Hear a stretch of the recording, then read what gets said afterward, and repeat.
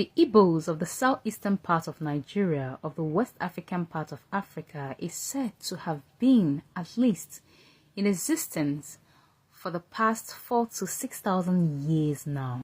But some of the cultures that the Igbos practice came to a halt, or should I say, stopped, after the colonizers came to our land, but not all.